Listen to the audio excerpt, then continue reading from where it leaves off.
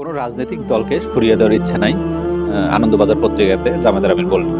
বাংলাদেশ জামাত ইসলামীর আমির ডাক্তার শফিকুর রহমান বলেছেন, কোনো রাজনৈতিক দলকে খারিজ করা বা সরিয়ে দেওয়ার কোনো ইচ্ছা আমাদের নেই। কলকাতা ভিত্তিক ভারতীয় সংবাদ মাধ্যম আনন্দবাজারকে দেওয়া সাক্ষাৎকারে তিনি এ মন্তব্য করেছেন।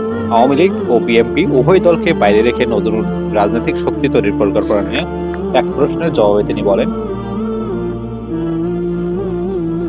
সবিনয়ে বলতে চাই, এই তত্ত্বের কোনো ভিত্তি নেই। আওয়ামী লীগের প্রতি জনতার সম্মিলিত ঘৃণা তৈরি হয়েছিল দুর্নীতি এবং ফ্যাসিবাদী নীতির কারণে। তারা নিজেরাই নিজেদের পতন ডেকে এনেছে। কোনো সংগঠন বা দলকে সরানোর জন্য আমাদের কোনো ভূমিকা বা পালনের প্রয়োজন নেই। মানুষ সব জানেন, তাদের সম্মিলিত প্রজ্ঞাকে আমরা সম্মান করি। এটুকু বলতে পারি, কোনো রাজনৈতিক দলকে খারিজ বা সরিয়ে দেওয়ার কোনো ইচ্ছা আমাদের মধ্যে নেই। ভারত বিরোধিতার অভিযোগ অস্বীকার করে সাক্ষাৎকারে শফিকুর রহমান বলেছেন, জামাত ইসলামীর ভারত বিরোধিতার অভিযোগ সম্পূর্ণ ভিত্তিহীন। আমাদের উদ্দেশ্য প্রণীতভাবে নিশানা করে এই ধারণা ছড়ানো হয়েছে। আমরা চাই ভারতবাসীর সহ প্রতিটি দেশগুলোর সঙ্গে পারস্পরিক বিশ্বাস ও সহাবস্থানের ভিত্তিতে সম্পর্ক বজায় রাখতে। সাক্ষাৎকারে জামাত ইসলামের আমির চরিত্র সম্পর্কে প্রশ্ন করা হলে তিনি বলেছেন, জামাত একটি আধুনিক, উদার ও গণতান্ত্রিক দল, যার ভিত্তি ইসলামিক আদর্শ। আমাদের রাজনৈতিক নীতিগুলো যুক্তিগ্রাহ মধ্যপন্থী। আমরা কোনো আন্তর্জাতিক সংগঠনের অংশ নই।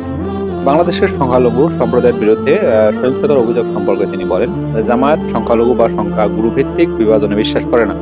আমরা প্রত্যেক নাগরিককে সমান মর্যাদায় দেখি এবং সংখ্যালঘু হিন্দু সম্প্রদায়ের সঙ্গে আমাদের সুসম্পর্ক রয়েছে। সরকারি এলে ভারত বাংলাদেশ সম্পর্ক কেমন হবে এমন প্রশ্নের জবাবে তিনি বলেন, আমরা ভারতের সঙ্গে ঘনিষ্ঠ সম্পর্ক গড়ে তুলতে চাই, তবে তা হতে হবে পারস্পরিক সম্মান ও সমঝোতার ভিত্তিতে।